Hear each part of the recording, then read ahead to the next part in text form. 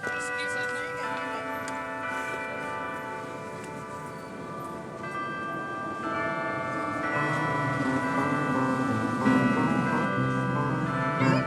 star. He's a star. Hello, my Tyros. Today, we're going to be talking about HDR photography. In our last video, I was in the Bahamas, warm and happy. In today's video, I'm back in Michigan, cold, and you know the rest. But at least we're in the Michigan building. This used to be a theater many years ago. Glorious, glorious theater, still glorious. And then they turned it into a parking garage. Nevertheless, HDR photography. HDR stands for high dynamic range. Dynamics referring to the difference between the lights and the darks, the highs and the lows. An HDR photo is when you take multiple photos using the same composition but different levels of exposure, and then you combine those to make a super duper photo later in your post-processing software at home. It's very easy to mess up an HDR photo, so I'm going to give you guys a couple of tips on how to do them better. Let's talk about bracketing.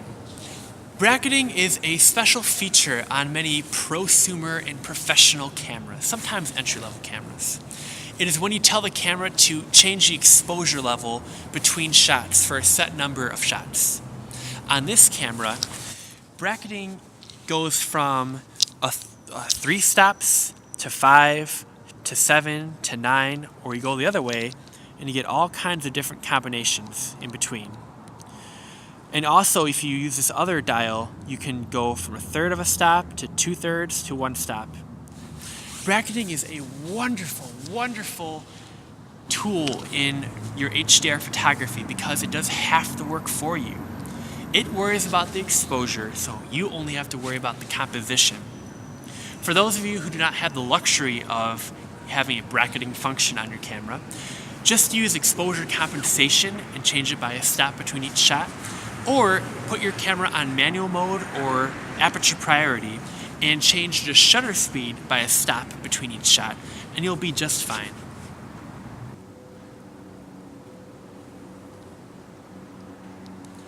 When taking your HDR images, make sure to use a stable surface. After all, you're taking multiple images and putting them together. So either use a tripod, put your camera on a stable surface, or tuck your elbows in and hold it very nice, tight, and firm.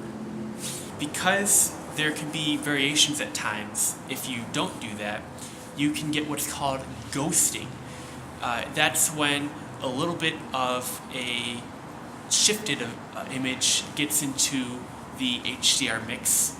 Ooh, ghost. I have a tip for you guys, one that I want you to learn today. Don't put it off sine die. If you only remember one thing, when processing your photos, any photos, but especially HDR photos, the rule is less is more.